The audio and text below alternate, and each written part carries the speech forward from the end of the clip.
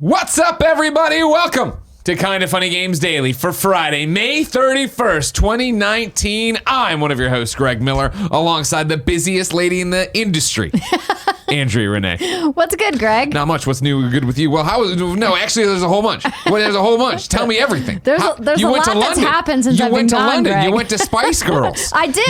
You were in a news story yesterday about a rumor about Avengers. I know. It's been a big week for Andrea Renee. It has indeed. But they also announced that we're working together at EA Play this year. Exactly. Yeah, a lot of news that you weren't here for. You left me. You hung me out to dry. I didn't. You know what I mean? We couldn't call you about that. We couldn't call you about this Avengers business. You could have tried. I had my phone on the whole time. Man, international. They got the weird They got that weird ring over there. They got the weird UK ring. Well, no, I don't have a.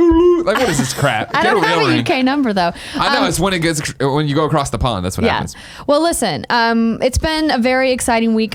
Thank you to everybody who came out to the What's Good Games meetup last Sunday. There was a ton of kind of funny representation there. Lots of kind of funny shirts. So it was a really fun time. We had lots of great conversations about Game of Thrones and Harry Potter and a bunch of other nerdy stuff. So great time there. And then, of course, we went to the Spice Girls concert on Wednesday, which was awesome. Was Baby Spice there? Of course she was. Was Ginger Spice there? Yes, she was. Was Posh Spice there? That bitch did not show up. Really? I don't know anything about it. Just kidding. Victoria's great. She sat the entire tour out.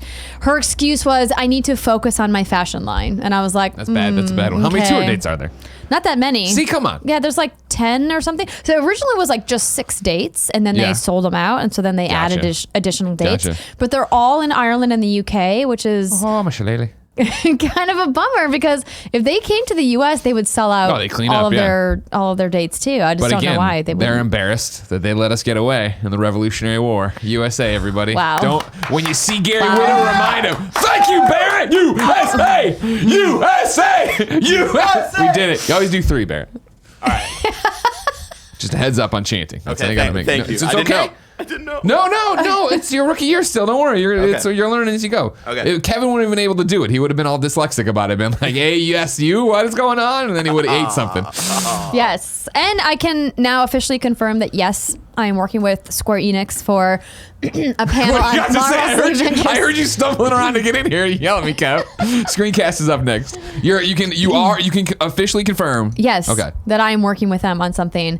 And so it's going to be a great E3. So you can't say what it is? Well, no, I'm going to be doing a panel with them at the show. Yes. For Avengers. Okay, cool. Yes. Okay, They have announced the game. I was yelling at Kevin, so I wasn't sure. Yeah. So you're saying that everything in that panel description is true then? It is like Destiny. No, it is multiplayer. It is co-op and solo player. I actually do not know if any of that is true, because I have not gotten any of my notes yet. They are still rehearsing, everybody. See, that was a question yesterday. I don't know if you caught the show. A question I did catch part of it. Yeah. So if I had been here yesterday, I would have said exactly what I'm saying now, which is 100% true. I have no idea what I'm talking about in the panel. Right. Just like you, I'm speculating on if any of that's true. The What's Good Games E3 predictions by a Magic 8 Ball episode came out today, and we speculate on what the game would be and what we would want it to be, because I have not seen the game either, you guys. Like, just because I'm working with them at E3 means I have to wait for the reveal, just like you guys do. One of the reader mail questions, yesterday was, in fact, when you guys host stuff, how do you see it way ahead in advance? Do you do this kind of thing? It varies wildly project to project. Sometimes we get to see everything in advance. Sometimes we get to see nothing until the reveal. My example, I mean, because again, EA Play, we're both hosting Jedi Fallen Order, right? And like, we've seen nothing from that. We know as much as you. Literally know zero about what we're going to be talking about. Eventually, probably we have rehearsal, so a day before, 2 days before, we'll see it. We'll think of what we want to talk, and then we'll get out there and talk and see what we got to. We talk to the people who are making the game. Yeah, it'll be a fun time. Crazy times around here, ladies and gentlemen. Busy stuff. If you didn't know, E3 is right around the corner, and there's lots to talk about it. But we'll get to that eventually, because right now, this is Kinda Funny Games Daily. Today, we're talking about how many Xbox game studios are going to be at E3, an Apex update, and Twitch going to 2-factor authentication, because that's the news of the day. And at Kinda Funny Games Daily, we run you through the nerdy video game news you need to know about. If you like that, be part of the show. Patreon.com/kindafunnygames with your questions, comments, concerns, bad PSN names. It's gone. It's gone. And everything else under the video game sun. I still can't get over it that it's gone. But Greg, to be fair though, still they're still out there, and people are just too lazy to change them.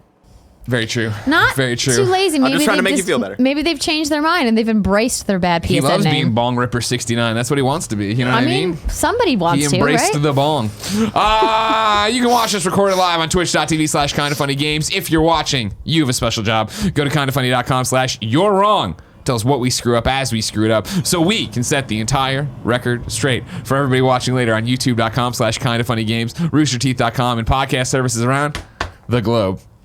I'll tell you what, Andrea. What, started the week on Tuesday with Games Daily, right? Mm-hmm. And other than calling Tuesday Monday, I was like, man, do I feel great. It was like a 4-day weekend. I have so much energy. This is great. It is the deadline for the showcase this week. And I'll tell you right now, I feel like I've lived a month. Yeah. And if you've noticed, none of the screws are on tight. I'm loose on every transition, title, everything. Welcome to that E3 crunch Just life. get out there, everybody. I'm going to keep rubbing my eye while I talk about it. Housekeeping for you. Remember that nicknames and oration are back, and you can get full seasons right now on patreon.com/kindoffunny for just $1. Eventually, months from now, they'll be on YouTube. But if you want to support us, if you didn't already support us, you can go over to patreon.com/kindoffunny. The Kind of Funny Games E3 Showcase, as I mentioned, is my albatross to bear, and it's continuing to go. Monday, June 10th, 4:30 p.m. youtube.com/kindoffunnygames. We have more than 60 games to show you, all indie, all awesome. It's going to be a great time. youtube.com/kindoffunnygames, the only place to watch it. Today, thank you to our Patreon producers, Blackjack, Tom Bach, Mohammed. We're brought to you by Omaha Steaks and Skillshare, but I'll tell you about that later. For now, let's end the week strong with what is and forever will be the Roper Report. Time for some news. 5 items on the Roper Report. A baker's dozen. As I said, Andrea, E3 upon us. Next week, you and I will both be in LA already. Correct. You'll be down there, boots on the ground, ready for EA Play, ready for E3. I will be down there for EA Play, then Ghostbusters, then on a plane, then back for all our reaction content here. Then Tuesday, Tim and I go back to LA to do it all. You're a again. monster. Hey, gotta be here. Gotta be here for the best friends. Twitch.tv/kindoffunnygames. All the reactions and all that jazz. So we talked about it yesterday on the Gamescast. On the subreddit then. Can you bring it up for me, Barrett? Go to The subreddit? Yeah, the subreddit. I want to say it was Cameron Kennedy made an awesome graphic of the very convoluted thing I yelled about where I did it all. Yes. And then Andy doesn't have to do it anymore. Which Andy, there it is, yeah. Throw this. I haven't fact checked this. If you didn't know, this is what, if you want to throw it up, E3 looks like for Kind of Funny Games folks. Again, Saturday, yeah, Andrea and I are down there hosting EA Play. You can watch it over there. I'm sure we'll host it on our Twitch channel. Mm-hmm. Sunday, Microsoft and Bethesda have their press conferences. Of course, we're doing pre-shows, watch-alongs, and post-shows for all of those on twitch.tv/kindoffunnygames. All the post-shows will go up as Gamescast on your usual place you get the Gamescast. All the watch-alongs will go up on YouTube. Pre-shows will be thrown away because they're worthless after the fact. Who cares? Who cares what I thought was going to happen? Yep. Monday, like we said, Ubisoft, that gets a pre-show, watch-along, and post-show. The Kind of Funny Games Showcase then is at 4:30. Then it's Square Enix at 5:30 with the pre-show, watch-along, post-show. Tuesday, Nintendo, 8:30 pre-show, watch-along, post-show. Wednesday, I'm doing a Coliseum panel that we haven't announced yet. Great job. Was this Cameron Kennedy? Yours didn't leak. Mine hasn't. Well, or did it, and you just don't know I'm hosting It's it. Cameron Ken on Reddit, so I think that's Cameron Kennedy, Oh, right? maybe. Then Maybe. we're going to record a Gamescast that night that'll post then Thursday on everywhere you get Gamescast. Then there's a GameSpot meet and greet 6 to 7. Then we're on the GameSpot stage 7 p.m. to 8 p.m. doing the podcast and the YouTube. That podcast will then go up if you don't watch it live Friday morning. Then we're on Easy Allies stream Friday. Then we're doing the Gamescast with the Easy Allies folks Friday. That'll go up on Monday. Just a side note, if you guys are going to be in LA, coming to E3 and you're planning to go to the GameSpot meet and greet for Kind of Funny, the What's Good Games meet and greet is just before theirs. Oh man, there you go. So come to the stage a little bit early. We're doing our show, I believe, from 4 to 5, and then our meet and greet from 5 to 5:30. That makes sense. So if you guys want to It's a rock block. get a 2-for-1, There you go. A twofer, as they call it in the industry, I think. Yeah. Is that right, Barrett? Twofer? Yeah. Thank you very much.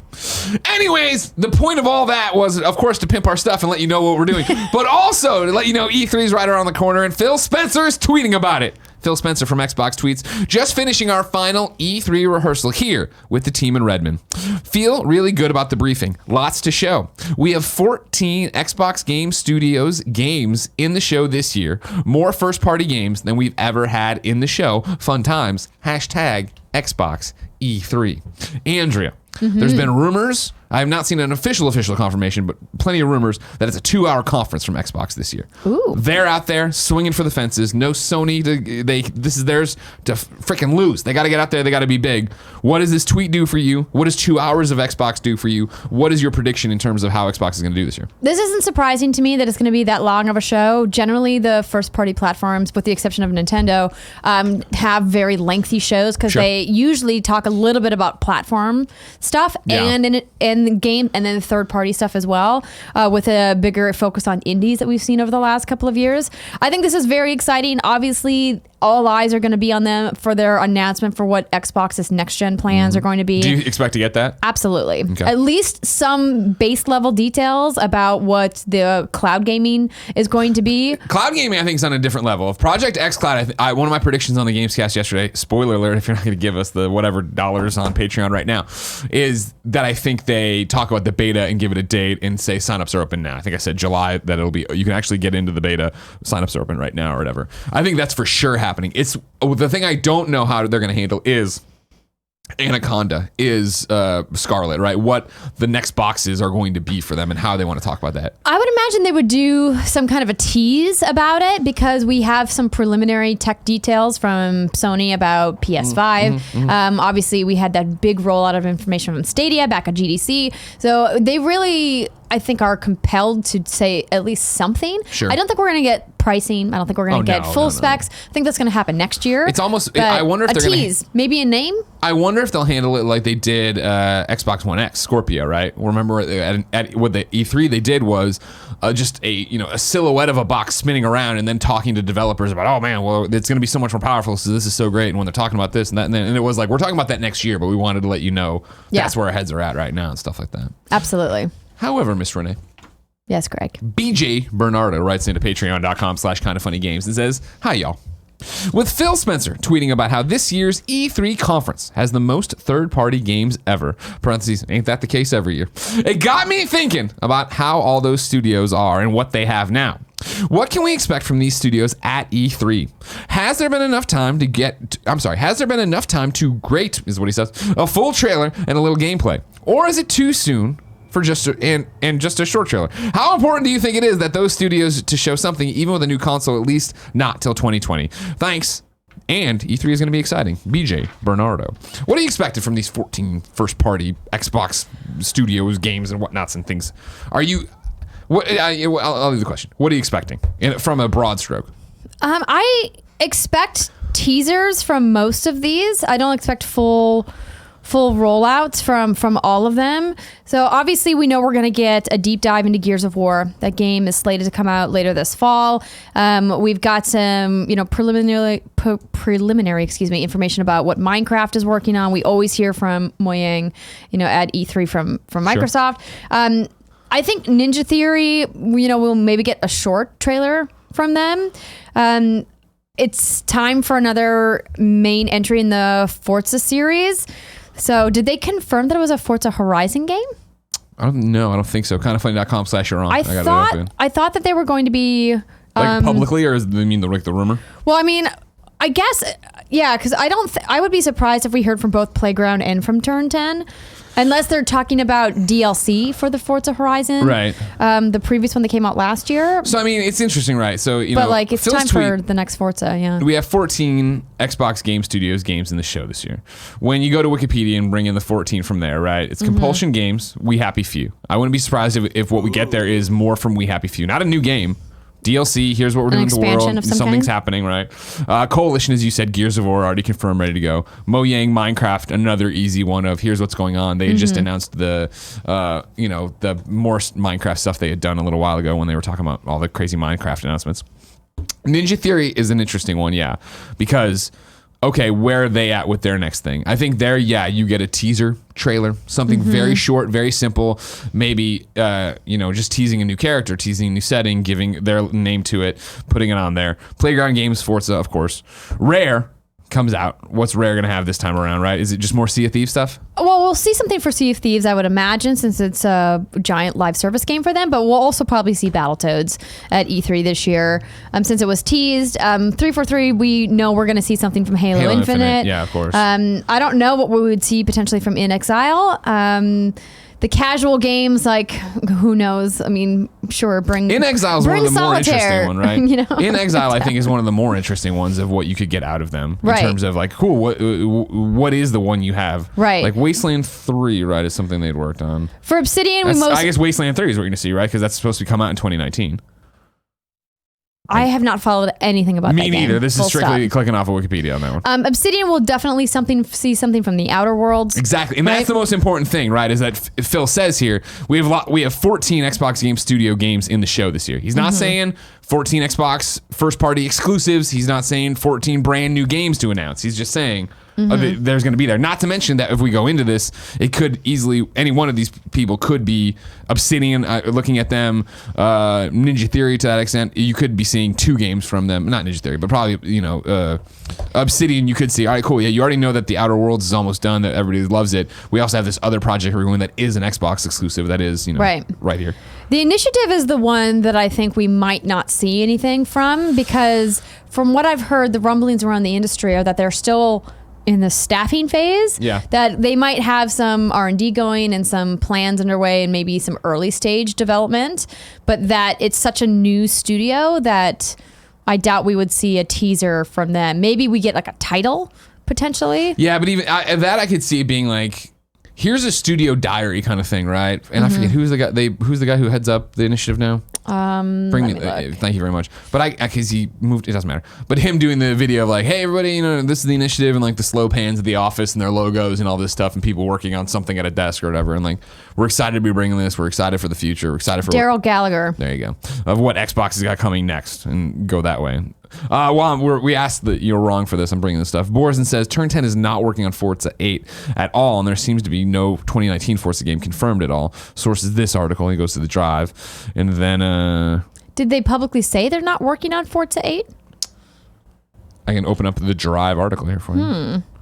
See what it is. That would be surprising. It might just be a rumor. According to, there might not be a new Forza game in 2019. This is the Drive. Developers Turn 10 have confirmed they are not currently working on Forza Motorsport 8. Since Forza Motorsport 4 came on the scene in 2011, can't read, sorry, end of the week. Microsoft has released a Forza game every year like clockwork, alternating between the mainline Motorsports titles and the Horizon spin-offs. For 2019, however, the series might be taking a break. According to the folks over at GT Planet, Forza Motorsport 8 is unlikely to be dropping in 2019 like history would dictate, pointing to a couple of comments made by Turn 10 creative director Chris Saki. During last week's Forza Monthly livestream, Asaki spoke about the motorsport developers have, quote, been given this great gift of time, which we as a team have never really had with motorsport, to really kind of evaluate where we are, what we are as a product and as a game. Reading between the lines, Turn 10 does not have a game due out in 12 months. Interesting. A leap. Not like a bold leap. They have time, sure. But we're reading into a lot of stuff there. Mm-hmm. Yeah, okay. Okay. I wonder what it would be then, Forza. Well, who's the one who's supposed to be working on Fable? That had been remember that? Barrett, you remember this? I do remember this. Just talked about this with Brittany. I know.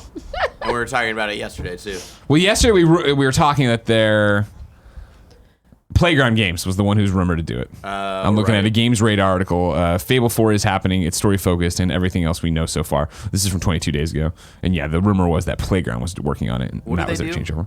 The Horizon series, the Forza Horizon series. Interesting. I hope so, man. I hope they're doing another Fable.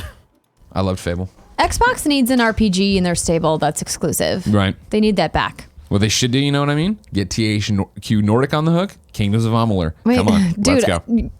That would be a pipe dream. Let's go. Let's do it. But I don't want it to be Xbox exclusive. I don't care as long as I'm getting a fucking kick-ass Kingdoms of Amalur game. You don't care? No. Dude, you can, I mean, don't get me wrong, I love trophies and I love all this crap, you know what I mean? I'm looking for reasons to turn on the Xbox. Yeah. You know what I mean? I would love, Okay. like, it's literally disconnected my Xbox One X. Because the plugs I use for the Xbox One X are now used for my travel PS4 when I need to download something or update something for the road. Oh, no. I'm a monster. I know. I don't want to be like this. But I'm with you. Watching If Game that's of the Thrones and it's only all artifacting because it's on PS4 or whatever. If that's the only way we can get another Kingdoms of Amalur, I'll take it. Exactly. And that's my thing is I think Xbox is willing to throw the money around, throw that cash around to make it happen. And THQ Nordic, of course, they've spent all their money on these IPs. Can they spin any keeping up. I don't know. Oh my gosh. And then Undead Labs, of course, State of Decay, but I don't think you're going to get anything. I mean, maybe you could get more expansions for that, but I don't think maybe you get a tease of what the next State of Decay would be, but even that seems way too early, right? And then 14 is what from Wikipedia is just Xbox Global Publishing. Now, of course, this is not discounting them picking up other studios. That was another prediction going around the Kind of Funny Games cast yesterday. That's up now on patreon.com/kindoffunnygames everywhere on Monday.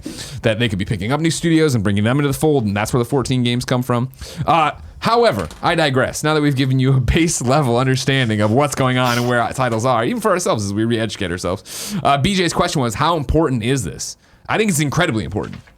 I think the strength PlayStation's had this generation is the idea that we have all these first parties, they're all working on stuff, and we can slowly start revealing them, or in some cases, reveal them really early, and you see them over and over again, but you don't see them every time, and you get excited when you don't, and you get excited knowing that something's coming, and you understand that there's a future to PlayStation 4. That's what Xbox One has lacked this generation, right? In terms of, hey, we're a great box, we're the true 4K gaming, we're all these different things, but what are the games you can only play here that actually drive you to do it? What if they buy from software, Greg? That'd be insane. I don't think it's possible. It's the rumor that they're going to show that game that... George Railroad Martin, yeah. George Railroad Martin. Yeah. Yeah. I mean, that would be kind of a whopper of an announcement. That would be huge. And that's the thing is, like, it's a weird E3, of course. There's no PlayStation. This is happening. EA's not doing a traditional press conference, blah, blah, blah, blah, blah. I still am excited because it's E3. Yeah. I'm trying not to let myself dream too big. Xbox literally has... Embrace your Tim Gettys, Greg. No, I don't want to the Gatorade get hyped. I see how disappointed he is all the time. He's mad at Pokemon sleeping. I don't want to do that. But I'm excited regardless. But then when you stop and you think about, like, hey, it's Xbox. Hey, we have a great lineup of stable right now of developers. I think all their services are awesome. I think they're in front, at least messaging wise, on what next gen is going to be. It gets really exciting when you think about them taking the stage and being like, hey, everybody, we're the only show in town in terms of the major, HD players, and we're going to show you why you need an Xbox next generation. And we've bought from software. We have these kind of things. I'm hoping they have the CD Projekt Red demo up there. I hope they have Cyberpunk. Here's a whole look at Cyberpunk. There's a whole, not to mention, like, I made the prediction, right? Rocksteady's got to be doing something. And they got to show a game sometime, Barrett. Again, I think it's more likely we see WB Montreal than Rocksteady. I'd be stoked with that either. Just get me a fucking DC Comics game on that stage. I know, I'm on your fucking level, Greg. Are we going to lose our minds if it's Court of Owls? I might cry. I might tear up a little bit. All right, cool. I'm excited. There's a difference between crying and shedding a single tear, Barrett. Well, I'm not a single tear. It'll be like a couple tears. We'll have a Barrett cam going. Yeah. Okay. A live Barrett cam. Live Barrett cry cam, we'll call it. Yeah. That's why I'm Sad Boy Barrett. What do you think? Even if they don't have announcements, release dates, lots of footage, how important is it for Xbox, these studios, to show their games? I think it's incredibly important because Xbox knows that they essentially lost this generation as far as worldwide sales go. I think their core base is incredibly happy with what Xbox has done so far. They've made great strides with Xbox Game Pass, and now they've recently announced Xbox Game Pass for PC, the crossplay partnership that they kicked off with Minecraft, and now we've got true crossplay coming for several games down the road. Call of Duty. I mean, yeah, we're going to talk a little bit more about that later. But I think that they're setting themselves up for success for the next generation, and that's exactly what they need to do. Yeah. And so last year was a really monumental moment when Phil Spencer announced that they've acquired all of these studios. Yeah. And we knew then that we weren't going to get details about these games probably for 2 to 3 years at best. So if they can show, hey, this is what's happening under Microsoft Publishing, just so you know, these aren't necessarily Xbox exclusives. You will be able to play them on other platforms. I think that would be a really big win for them as well. And to remind people, like, hey, we're funding the development of these games because we believe in video game creators and we support gamers, but we don't want to lock it to our platform. I think that would be a huge win for them. And it's a huge win in general, like, to bring up Outer Worlds, right, with Obsidian, right? Like, even to bring them on stage and drive home, hey, everybody, here is, a first-party Xbox studio, Obsidian Entertainment, to show you their game, to start driving that message home, even though, sure, like, Outer Worlds will be available everywhere. You'll be able to pick it up on other platforms. to really drive home that, like, no, these are our people. These are the quality games they're making. You can expect them to make for the rest of their existence, or as long as they're part of our company. Yeah, I wonder how the relationship with Private Division works, because Private Division is technically the publisher. Sure. And so I don't know how that works underneath the Microsoft umbrella that falls, because Private Division is technically underneath Take-Two Interactive. Right. So yeah, it would be, that's why I think the wording's interesting. We have 14 Xbox Game Studios games in the show this year, right? And if we're just using the broad brush of Xbox Game Studios are the studios we own, then that still works. Granted, I mean, it's like a co-parenting relationship, and it would be our friends at Private Division are publishing this, but this is Obsidian. These are the people we're working with, or that we own now. Right. Seems weird. They want to say we own these people. You understand what I'm saying? Yeah, I'm stoked, Andrea. I'm stoked for the big moves. Me too, the things Greg. I don't see coming. That's what I'm excited about. I'm ready. Let's get through some 2 tidbits here. First off, Apex Season 2 tidbits dropped yesterday. Apologies. Somebody shouted this out in the You're Wrong thing. You know, I usually don't take breaking news, but I glanced at it. I was just like, oh, it says it's coming, more information. But there was information here, so I'm reading it here. At 10 a.m. Pacific on Saturday, June 8th, we'll be sharing some of the first details of Apex Legends Season 2 as part of our EA Play live stream. Today, we want to tell you about some of the high-level improvements you can expect from the second Battle Pass. Too long didn't read. Here they come. Level up via daily and weekly challenges. Time to Battle Pass level 100 should be significantly reduced. 3 additional legendary skins added to the rewards track. 3 entirely new content categories replace badge and stat tracker rewards. You'll earn enough crafting medal rewards from the full reward track to craft a legendary item or whatever your heart desires. That was the TLDR. I'm not going to go into the minutia of it. You can go look at the minutia on the Apex websites and all that jazz and all the articles that got into it from their communities and such as that. And then, of course, getting that out of the way in terms of what the nuts and bolts are of the Battle Pass, I would assume at EA Play, that's when they'll dive into here the crazy cool colors and whatnots that are happening over there. In a similar vein, Andrea, we talked about this earlier in the week with EA Play not having in their live stream run-up of 6 games, Anthem. And then the Anthem was saying they were going to have a live stream yesterday to talk about stuff. And Anthem did have a live stream yesterday. So here's the nuts and bolts of that. Ethan at Kotaku reports, during a developer live stream today, BioWare gave Anthem players their first look at the game's upcoming Cataclysm event, a limited time endgame activity that will take place in an entirely new environment. Based on what BioWare showed, the Cataclysm, which will last 6 weeks, seems to function like a mini free play mode. Players load into a special area with its own overhead map broken up into different sections that can be explored in any order. Some of the rewards players can collect in Cataclysm will change from week to week, as will the map, with more activities getting added as the weeks go on. Cataclysm, which was supposed to launch sometime this month, doesn't have a start date. Before it's rolled out to everyone, however, Irving, this is one of the guys working on Anthem on the live stream, said the plan is to release it first on a test server for PC players to try out and provide feedback. Then, just before you have it, the TLDR of all this whole stream was from the Anthem subreddit. I read it from JWP123, who says, first 2 weeks are pre-events, 3 new missions, new area is the Cataclysm, new systems for scoring, inversions, leaderboards, new power and new rewards, and a new faction is formed from the remnants of the domination. They trigger Dominion. My apologies, Dominion. They trigger the Cataclysm, and the freelancer has to stop it.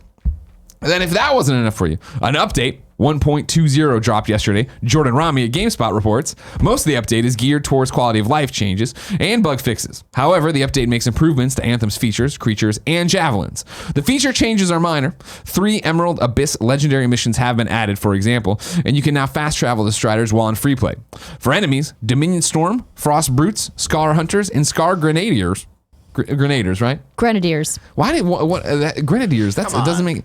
What? I've seen the word. I've never said it. No, I'm not saying come on to you. I'm saying come on to, like, that's how you spell it and that's how we're supposed to pronounce it. So Grenadiers, do they shoot grenades? Is that their deal? Correct. Then I'm calling them Grenadiers. Or they throw them. Thank you. You know what I mean? It's about time somebody took the word back. Have all been nerfed or made slightly easier to identify and kill. Javelins see updates across the board, and the base damage of a dozen different Ranger, Colossus, Interceptor, and Storm Gears all get damage boosts. Believe it or not, that is top level, ladies and gentlemen. So much more to dig into the patch notes if you want to go dig into it. Cool. there are those updates. No, I'm excited about this. I've been looking for a reason to get back into Anthem. A lot of people I know that jumped in at launch and played through the campaign and then kind of hit the wall really early because of all the issues they had at launch. Of course. All kind of put it aside and said, I really like the idea of what they're working on. Yeah. It clearly just needs some tinkering, and we'll come back when this event launches. And so now this is the time, I think, where they really have the opportunity to re-engage people that have abandoned this game and have not been playing. And I think it's smart of them to launch it in a test server, much like Massive did with the changes for Operation Dark Hours. I think that, getting it into the hands of some of your most dedicated players and getting their feedback is super important. We talked about how this game probably should have launched in early access. 100%. And it would have been really beneficial for it in a number of reasons. So I think this is great. I've been looking for a reason to go back, and now I've got it. Yeah, for me, I'm going to wait and see if people are, if this all works and people are into it and if it's going the way it wants to. For me, I'm so removed from it now because I'm one of those people, right? Mm-hmm. I played through it at launch. I had a great time. I thought it controlled really well. Load times a little too long. Should have been able to fast travel, et cetera, et cetera. All the things. They fixed a lot of that stuff. They did. Yeah. Oh, I know. We've talked about that patch on here before. But this is one of those things of like, okay, cool. Is Cataclysm going to be cool? Is it something that I would dig? I don't know. And so I'll wait to see more of it. Because again, it's just... I'll give you a full report. I didn't watch the Twitch stream, and that's on me. So I mean, like, I know it's up and ready to go. It's more interesting of just like, I still am fast. Do you think Anthem... Is Anthem going in? Is Anthem here to stay? Is it going to be here in a year? Is it going to ever have its No Man's Sky moment? I saw some people I thought unfairly on the subreddit today saying, man, if we've compared this to No Man's Sky before, and this is the subreddit talking, I've seen people compare this to No Man's Sky before, and I know Greg Miller personally now talking has said that about this, of like, maybe they can do it. Maybe they shut down communications and didn't talk for like a month. Maybe they're trying to No Man's Sky. The subreddit was like, if this is their answer to No Man's Sky, it's not going to happen. And I was like, well, that's not really fair because No Man's Sky took years and years before they did their giant update and came back. This is a games as a service. They promised you a Cataclysm. They're trying to get there. The game has only been out for a couple of months. I definitely think that's apples to oranges comparing this to No Man's Sky. They're completely different types of studios and completely different situations. I would like to see it still be around. I think that clearly the team did a ton of work building this world, building these gameplay systems. And I think it only has up to go, and they can there's a lot they can do to re-engage people if they just tweak some quality of life issues, which they have been working on for the last couple of months. And I hope that EA gives them the runway to make those changes, because I think that there's a lot of good content there that could become really engaging if they just continue to chip away at some of those quality of life problems that people had. And they need to update and improve the store, and make sure to have an engaging loop for loot grinding, and there's a lot that they can do. I don't want this to go away. I want this to become a better, cool game that I can jump into and play from time to time. I think it'll be here to stay for the hardcore, but I doubt it'll ever bring the like kind of people outside of it back in. What's interesting about it, right, is trying. I've thought a lot about this since the EA Play schedule got announced on Whitta Wednesday, and we went all around about it, because it was at the time, and still is, but at the time, Anthem's not on this at all, right? Like that's crazy. But there's a ton of EA games that aren't on that rundown. But Anthem, like their game as a service that's supposed to be going on and on and on, and from BioWare and stuff like that, like that is a big one. Not to mention that leading up to it, just if I can finish my point. Sure, go ahead. Leading up to it, I thought this would be their salvo, their not Hail Mary, but their hey, we're coming out on the stage at EA's biggest showcase, right? And saying, this is why you need to come back to this game. And so when they didn't do that, and they were going to do this one here, and even Andrew got on Twitter, was like, we're still at EA Play. We're just not in the live stream because we're doing our live stream on Thursday. It was that, like, that's a weird one. And then reading through this at a top level, not watching the stream, but reading top level through this, it's like, okay, this is more of an event that if you are like Barrett's talking about, the hardcore fan, you are already playing it, you are invested, you are on the subreddit. Here is us giving you runway, us giving you something to do, us showing you we are working on the game and making something. And after looking at this, and not saying that this is small or anything by that means, but it's not a giant expansion, right? It's not like this giant world-changing thing. It makes me wonder if they aren't on the EA Play stage because it's just not their time for that yet, that we're going to do this. We're going to get Cataclysm. We're going to do other content drops throughout the year until we either have to have our own thing that is like we're having like I forget what the Destiny one, I always forget, but when Destiny fixed everything and everybody flipped out about it, or get to E3 next year and say this is what we've been doing for an entire year and a half now and what you need to do. But again, maybe I'm giving them too much rope. Maybe I'm giving too much credit. Maybe it is a thing that EA or it just wants it to be quiet. Like you're saying, like you hope EA gives them enough runway to fix this and get it going. Maybe they just want to keep it quiet and eventually let it die out. I don't know. It was such a controversial launch. So many people so viscerally upset for a variety of reasons that I think it's the right call for EA to let it die down.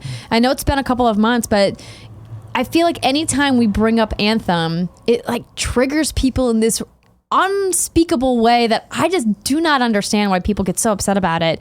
And I think EA has recognized that and has said, you know what, why don't we not put it in our showcase this year? Yeah. Instead, focus on these key titles that are brand new launches that we want people to divert their energy and attention to, and say, we still want to feature Anthem at the festival, but we don't want it to be part of the live stream. I think that's the right call, especially if they don't have anything major to announce. Right. Just like we don't hear about a ton of the EA Sports titles in the press conference like generally. Right. Or, they weren't in the lineup as well. It's like that makes sense. Madden and FIFA right? are. Well, of course. Well, I'm just doing a you're wrong protection. Well, no, that's why I said most of the EA Sports titles. FIFA's always going to be in the press conference. People love that soccer. I mean, it's their biggest moneymaker, so they can't ignore it. But I think that there's room for EA to give them some of the spotlight, but not, on the big stage. And I think that that's the right call this year. Yeah, I mean, because it is still such a sore spot. And when you talk about like people, when it comes up, get so angry, right? Or have this visceral reaction, or do have just the reaction of it being a punchline, like ignoring what has happened or how or where it has gone in the past. It's crazy that it's Anthem when I thought for sure it was going to be Fallout 76. When Fallout 76 did this and went off the rails late last year, I was like, oh my God, how will Bethesda ever be able to do a conference? And it's like, oh no, they're fine. Everything's fine. They've not fixed it, but they've put in a whole bunch of stuff, or people just don't care because there's a new game that came out that was AAA and screwed it up, right? The people that care have always cared and are supporting that team and are supporting that game and are part of that community. And the people that don't care have moved on to being an asshole about something else. Sure. Well, it's just the thing of, you're talking about the don't care people who are on the outskirts, right? Who never played it and never bought it, but just wanted to shit on it. Yeah, exactly. Gotcha. Okay, I just want to be clear because I know when people are like, "Well, I'm mad at it," and it's like, no, I get it. You paid $60 for this game. You expected it to be what they said it was going to be. They've not hit their deadlines. They've not hit the things. Yeah, exactly. There's a difference there. Just being clear about it. No, of course. Yeah. I mean, Greg, it wouldn't be a day on Kind of Funny Games Daily if what we said wasn't taken wildly out of context. Well, no, that's why I want to help, though, because it is those people, and I get that. I do get that. I want people to understand that I get that when it's that we, of course, when we say something, we get mad when we spend money on something and it wasn't what we wanted to. Oh, I know. I get mad when somebody says something that I think loops me into the group, and I'm like, wait, I'm not that guy, and then it's like, well, no, you didn't mean that. I was trying to get from A to B, but I said something in the middle that didn't make sense because it wasn't my point, and then got there. Yeah. But there's that difference that I talk about all the time, and I used to talk about it with season passes, right, where there's the people on the peripheral who are on the Twitter, who are on the whatever, who are like Greg Miller right now with Anthem, really just looking at the subreddit but not playing the game and being like, I have an opinion about this, but I don't have the fucking anything to back it up. And that was the thing. I didn't watch the live stream, but I'm going to tell you what I thought about it. Exactly. And that's the thing of reading through this and all that, and then looking at the subreddit. It was the normal thing of, man, even with these posts, I can't tell if it was a good stream or bad stream. I can't tell if people are happy or upset about it, but that's just the internet, and it's continuing to see what the fuck is going on with Anthem and where it's going to be. This is, I thought for sure that I was like, man, I can't wait to see where Fallout 76 is in a year. And Fallout 76 is just like, oh, it's doing its own thing and it's got its wild Appalachia content and everybody's playing it or not playing it. Susan loves it. Okay, whatever. I never think about it. And Anthem's the one where it's just like the story gets interesting for the weirdest of reasons. I'm just like, well, what the hell's going on? It's not EA. We'll see what happens. It will continue to move on. Number 4 on the Roper Report. Twitch is moving to 2-factor authentication. Twitch has made 2-factor. What? I didn't credit it. I think this is an IGN one. I'll look it up. You keep reading. Twitch has made two-factor authentication a requirement for all streamers to ensure they don't have their channels taken over by unrelated broadcasts. The change was announced via Twitter, with Twitch also revealing a temporary freeze on new accounts' ability to stream have been lifted. VG247 reports the change is primarily motivated by an incident over the past weekend whereby some users' accounts were taken over and used to broadcast non-games related content. Specifically, the Artifact channel, which is dedicated to Valve's struggling card game, suddenly leapt to Twitch's front page after trolls used it to stream everything from porn to sports events.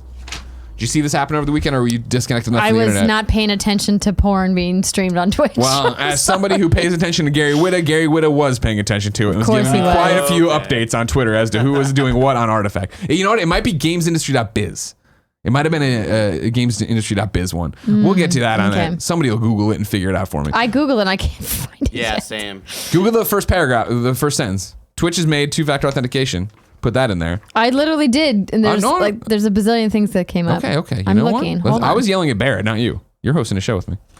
While you all look it up so we can give proper credit, I'm going to move on to number 5. This is Steve Watts at GameSpot, who's talking about, is Baldur's Gate 3 about to get announced? Larian Studios, the developer behind Divinity Original Sin and Original Sin 2, has dropped what appears to be a teaser for a new Baldur's Gate. The official site has updated with a 3, that's Roman numeral 3 logo. It is indeed. Yeah, James Batchelor, GamesIndustry.biz wrote that one. I'm sorry, everybody. The official site is updated with the Roman numeral 3 logo, though the stylized lettering isn't quite unique enough to necessarily identify it as belonging to Baldur's Gate. As some savvy Twitter users have pointed out, though, the metadata refers to the image as Baldur's Gate logo 3 retouched. There's a bunch of underscores in there.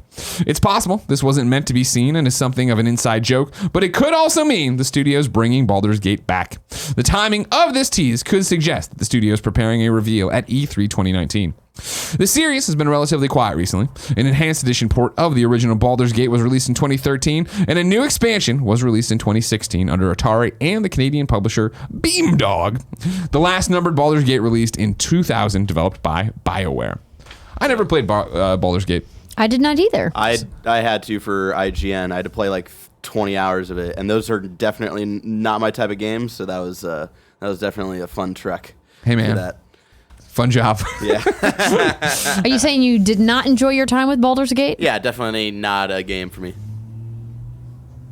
Hold on, we might have an update here from You're Wrong already. Well then. Point blank, putting something in here. I'm copying it over. It might be porn. It might be an Artifact channel. Oh, no. We'll find out soon. I mean, URL-wise doesn't look like that, but you know you can fake anything on the internet. All right. Here we go. This is Matt Wales at Eurogamer.net. Baldur's Gate, Planetscape, Torment, Neverwinter Nights Enhanced Editions coming to consoles this fall. I see. Seminal RPG series Baldur's Gate is 20 years old, and developer Beamdog will soon bring enhanced editions of Baldur's Gate series and Dungeons & Dragons classics to console in celebration, and we now know what they'll look like when they're due. The full list of enhanced Dungeons & Dragons. So basically, enhanced editions of Baldur's Gate, Baldur's Gate 2, and Baldur's Gate Siege of Dragonspear expansion. I hear ya, and I believe ya. But that's why we're putting the 3 on it, because there's 3 Baldur's Gate games in it. One's an expansion. No, I think people are taking this wildly out of context. It says Baldur's Gate logo 3 retouched. How many times have you made a photo and then made multiple versions of something and put a 1 or 2 or 3 on the end of it because it's a newer version of what you made the first time? But the thing is that it's like the Roman numeral 3 is the image. It's not even just the title of it. I don't know, Greg. I don't either, but I don't. Yeah. I don't know. I see that this is true. I believe you, Eurogamer. You got it in here, right? Yeah, this is the image. That's a Roman numeral 3, right? Like, I mean, and also like maybe this is the thing. Maybe it's claw marks. Maybe it's not a 3. Maybe it's supposed to be like dragon claw. That's a fucking 3. I don't know, Barrett. I'm just fucking spitballing, okay? She's jet lagged. It's just trying to get through the show. Is it over yet? I believe that. Okay, you got the. Okay, good job with the Eurogamer thing. I mean, this is news. But there why you go. Larian? Did they acquire the IP? I'm confused about the chain of command here. That's a good point too. Yeah, I don't know. I mean, because I know that they recently put out last year they did the definitive edition or whatever for Divinity. Yeah. And it would make sense for Larian to work on this. It's a very not totally similar style, but similar enough style game that it could be good. But I guess I just didn't hear of them. No, that's a great point. Actually, I didn't even think about that. Don't know. Hopefully, yeah, they just got a partner. I mean, this, I mean, Beamdog might be trying to ride the coattails, tossing this out there. So clearly, this doesn't blow up the skirt of anybody here. God, no. Do we look like these kind of dorks? Someone in the chat said maybe it's a tease for Mother 3. There you go. Perfect. Oh my God. Yeah. Nerds. Yeah. All right. Calling the Mother 3 fans nerds? This shit's for nerds. Everyone's a nerd. That's what we do. I was wearing a Ghostbusters uniform yesterday. Andrea, I can't wait to find out what the fuck is going on with all these Baldur's Gates things, but it's going to be so long before we get a clear answer. If I wanted something more clear, like say what came to the mom and grab shops, where would I go? Greg, you would go to the official list of upcoming software across each and every platform as listed by the Kinda Funny Games Daily Show host each and every weekday. Yeah. Out today, Crypt of the Serpent on Switch, Moan and Throwin' on Switch and PC. Moan and Throwin', a party mode next week. It's a sponsored party mode, heads up. We do enjoy the game. We played it at EGLX. We had a lot of fun. They saw me and Nick have so much fun with it. They asked if we would do the thing. Anyways, Moan and Throwin', a party mode going up next week on Switch and PC. Pix Arc, PlayStation 4, Xbox One, and Switch. Golem Gates, Xbox One and Switch. Trover Saves the Universe, PS4.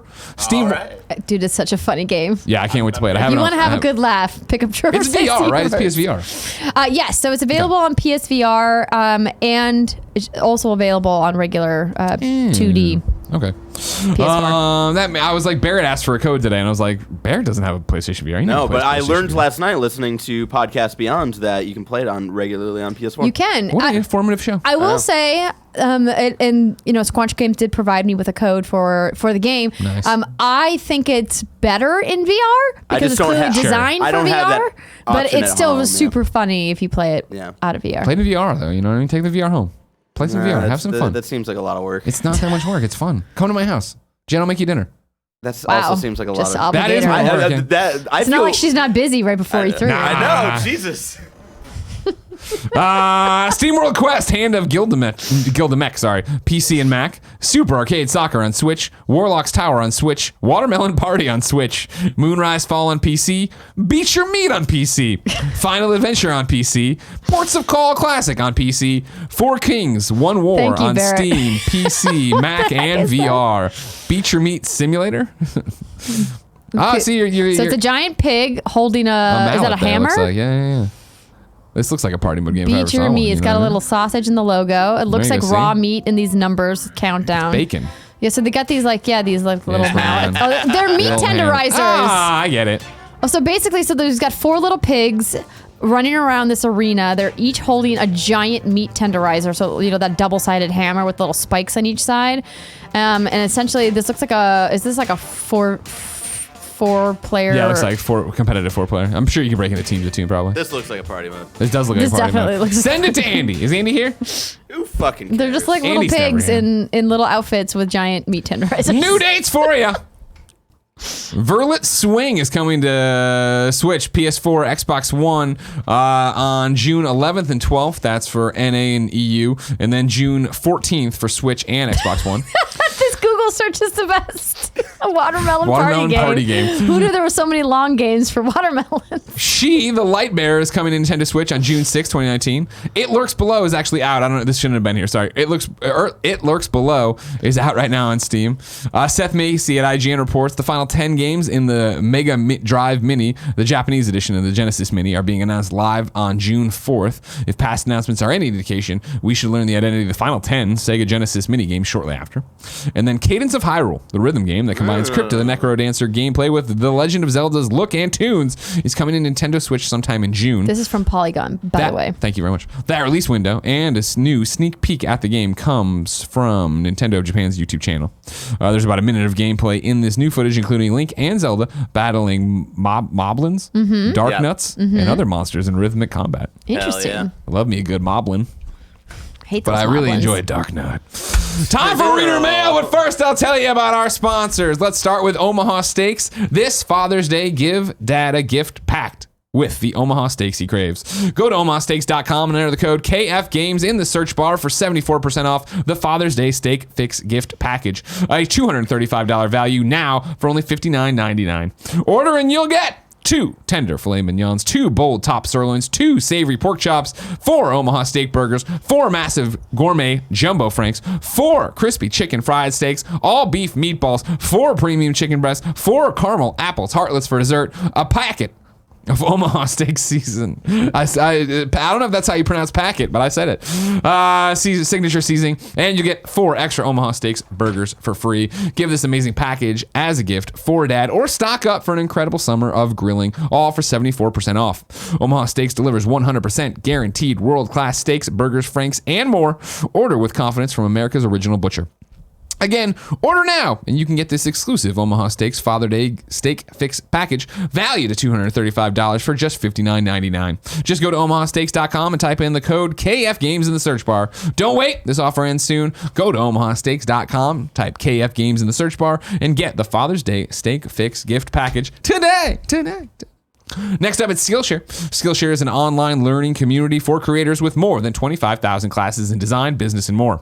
Premium membership gives you unlimited access so you can join the classes and communities that are just right for you.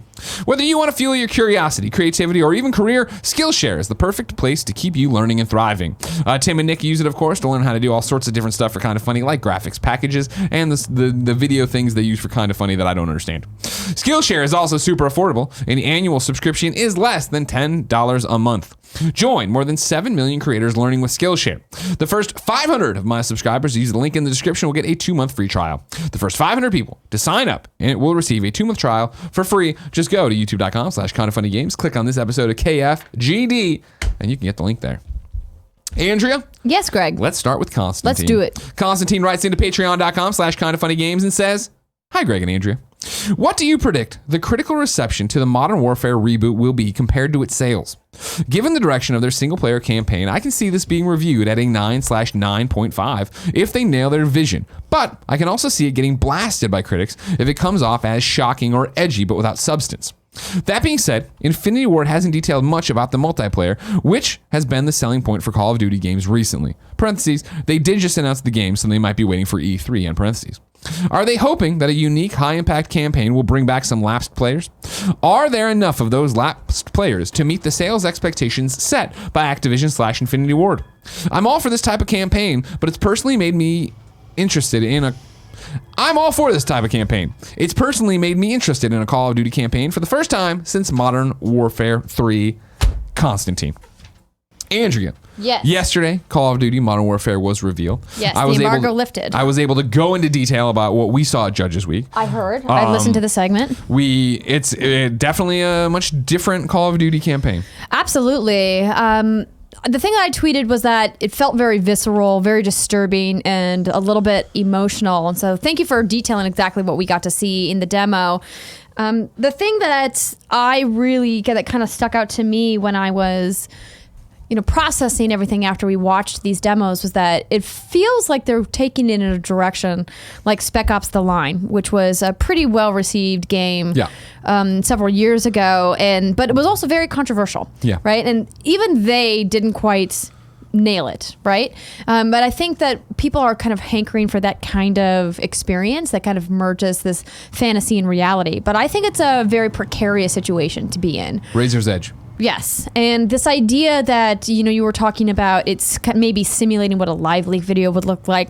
I think that the trouble with that is that, we're in a very dangerous place in the world right now. There's a lot of really nasty, ugly things happening in different parts of the globe. And to put a fantasy filter on that in the form of a video game is going to be something that they're going to have to really tread carefully to make sure that they're treating the situation with the respect that it needs and not trivializing it. And that's going to be challenging, particularly when we talk about Call of Duty multiplayer, which is designed for fun. Now, we didn't get to talk about the multiplayer or see the multiplayer, but Activision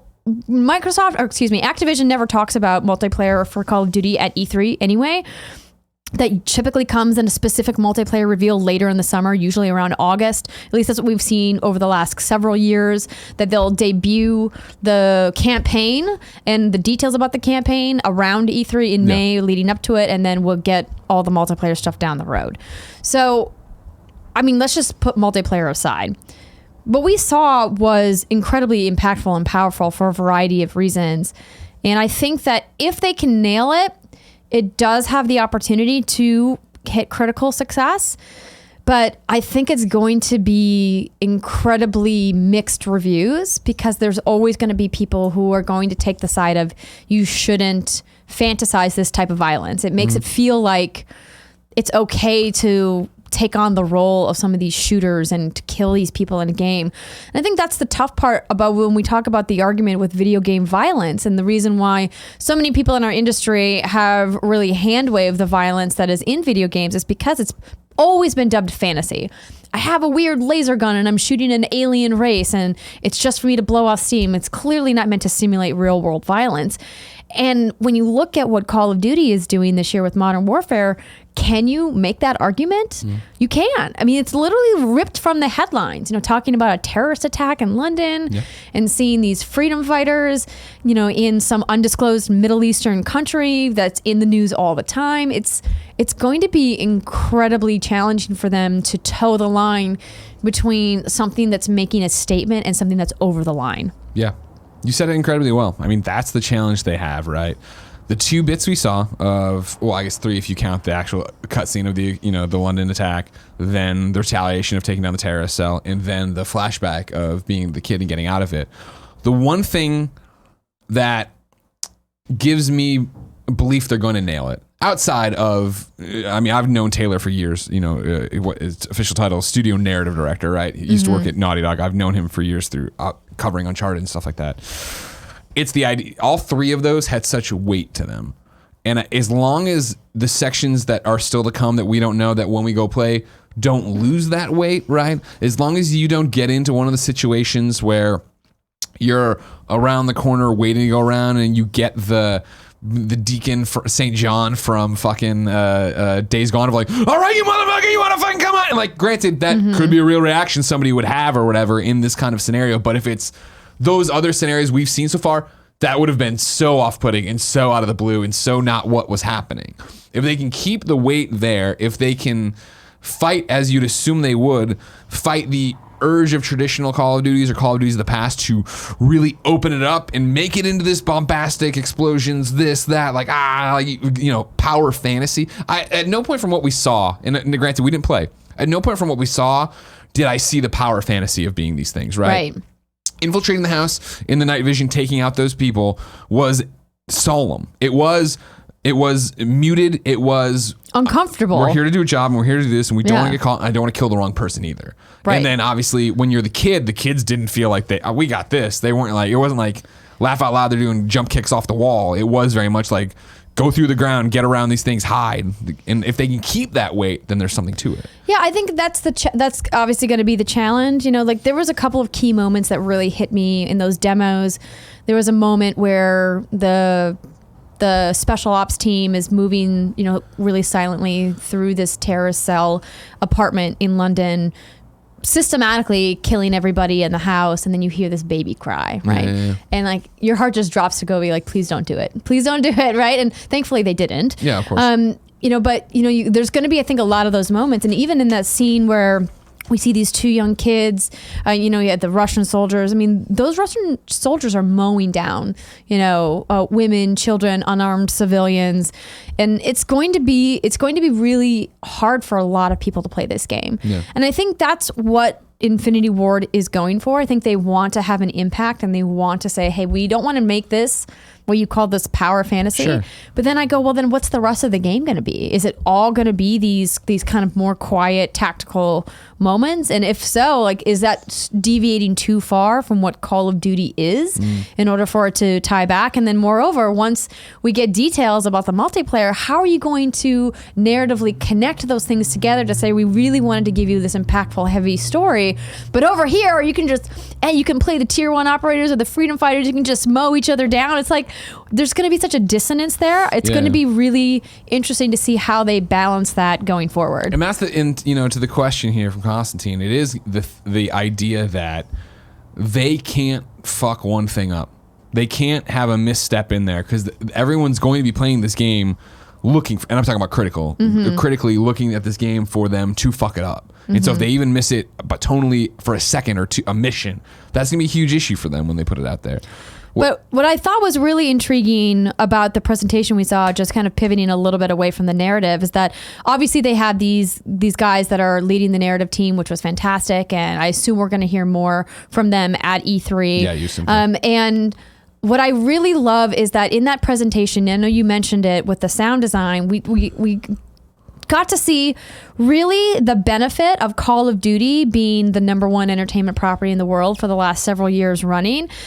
We got to see that Activision has reinvested in gameplay development from the ground up in a way where these people, these studios like at Infinity Ward, they get to create this new technology.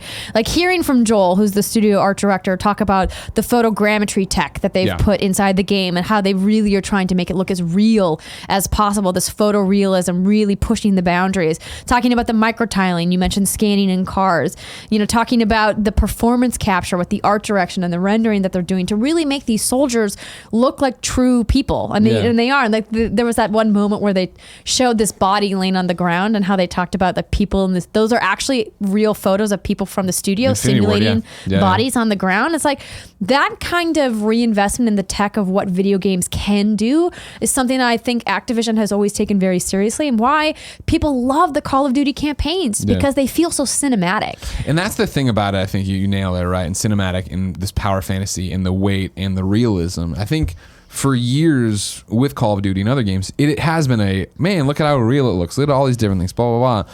And it seems, based on what these 3 parts we're talking about that we got to look at, that they're using the realism not in the, for sure in the, it sounds real and it looks real, but the impact of how real it is. Mm-hmm. And if they can keep that thread, it will be a different campaign. And it will be, I think we saw, he's talking about sales and will this energize it.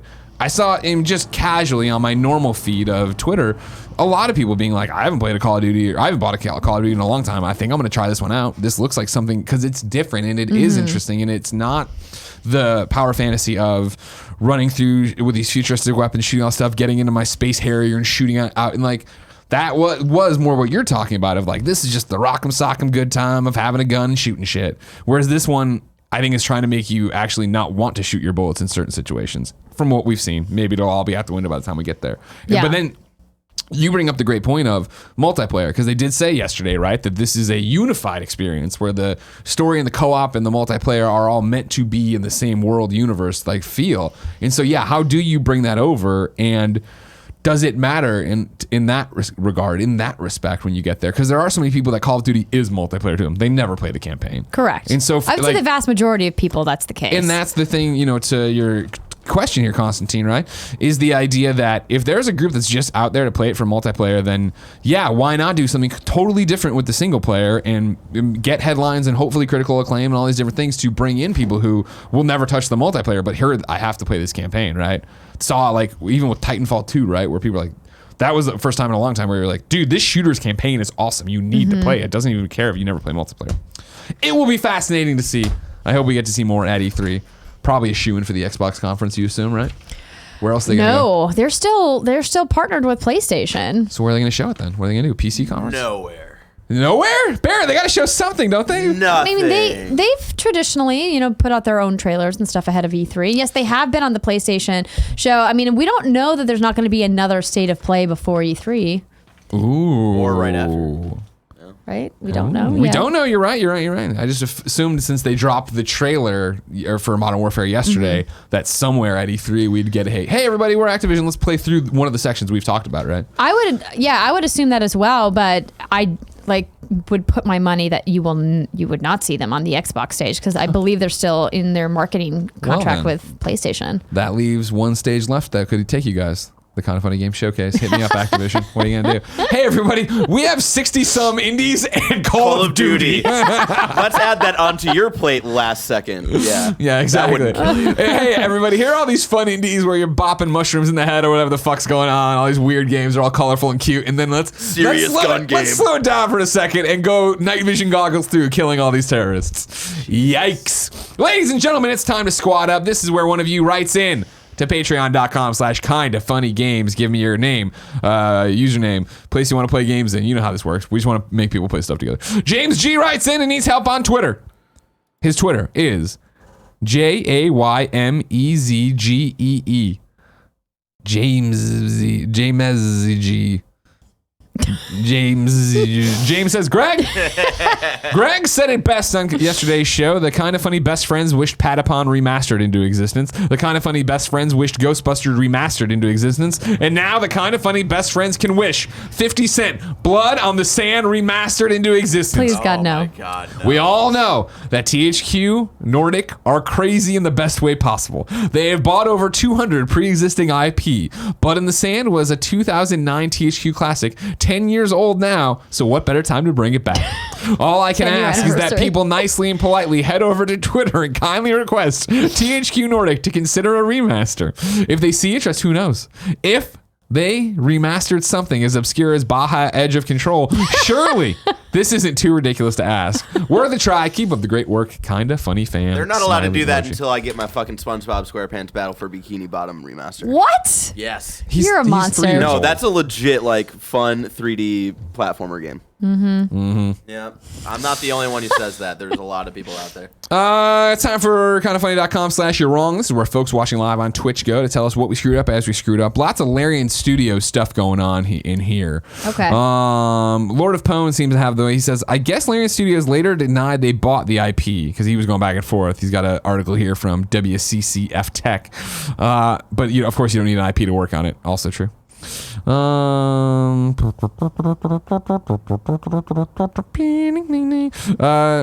don't cite this, so I don't want to use it. Oh, Lord of Pwn says Call of Duty is at the E3 Coliseum. There you go. There you go. Lord of Pwn also says Call of Duty Modern Warfare new content will come to PlayStation first 7 days, as confirmed by PlayStation's trailer for the game. Got Mario in the mind? This is what I do. I just default to that or Oregon Trail when I need to do something, Gotcha, when I got to fill gotcha. time. All right. That's it. Ladies and gentlemen. Next week's host? Yeah, no, I'm not done. Oh, okay. This has been I thought- kinda He was funny taking a games, dramatic Oh, okay, pause. okay. I wasn't just going to end the show. I expected you to. Next week's host, ladies and gentlemen, look like this. Monday, it's me and Tim. Tuesday, it's me and Andrea. Wednesday, it's me and Gary Whitta. Thursday, it's Fran, and Greg hasn't thought far enough to book a host for Fran, but I'll find somebody. And then Friday, it is Tim and GameSpot's Mike Mahardy. Ladies and gentlemen, this has been Kinda Funny Games Daily. Remember, each and every weekday on a variety of platforms, we run you through the nerdy video game news you need to know about. If you like that, be part of the show. Patreon.com/kindoffunnygames. You can watch live Twitch.tv/kindoffunnygames. You can watch later YouTube.com/kindoffunnygames. You can watch on roosterteeth.com. You can listen on podcast services around the globe. No matter where you get the content, thank you for your support. We couldn't do it without you. Consider going to patreon.com/kindoffunnygames. Remember, E3 is pretty much starting next week. I'm going to tweet out that schedule. It's on the subreddit. Good job, Cameron Ken. I think it was right. Who knows? You know what I mean? Who knows anymore? She's jet lagged. I got to go write a million lower thirds for Nick for this showcase. Everything's happening. We're very excited. Until next time, it's been our pleasure to serve you.